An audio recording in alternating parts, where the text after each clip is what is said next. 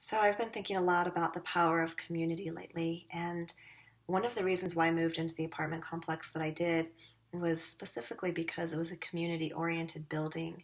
And I know that for me, even though there's a lot of people that I want to hang out with, sometimes when I'm just sitting alone on my couch, my mind draws a blank. And I don't know why it's out of sight, out of mind, but it just is that way. And so it doesn't occur to me.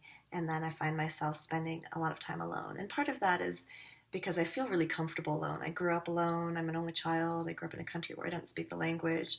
And so I have a really ridiculously rich landscape inside my mind. So it's a pretty comfortable place for me to be. And yet, what I need as a human is the biorhythmic experience of being around other people, of feeling a sense of belonging, of feeling a sense of connection. And that is so important to us neurologically. Even just being, around people and having a good dinner can release more amounts of oxytocin than if you were to sit down and have dinner alone.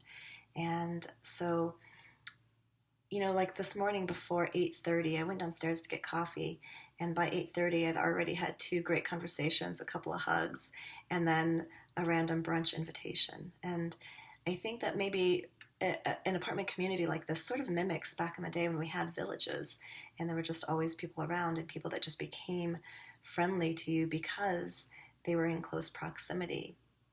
And so things like that are really necessary for me, and it's one of the things that keeps me really vital and alive is feeling my connection to other people. And so I guess the contemplation that I offer to you is, in what ways in your life could you bring a little bit more community into your experience? Could you bring a little bit more play or friendship? And it may be not moving into a big apartment community, but whether it's joining a meetup group, I know those feel kind of awkward. Whether it's doing an online dating service, there's, I think, a lot of different ways. But one of the really important takeaways is just how much we need each other. Not how much we need each other on social media, but just how much we need each other face to face for that super important human connection. And if you feel curious and you'd like to talk a little bit more about it, I offer free 30-minute sessions for new clients. So if you just want to meet with me and see if we're a good fit, then I'm super happy to do that. You can go to my website, vibrantmedicine.org, or just find me through my email, michelleleeweldon@gmail.org.com. Thank you.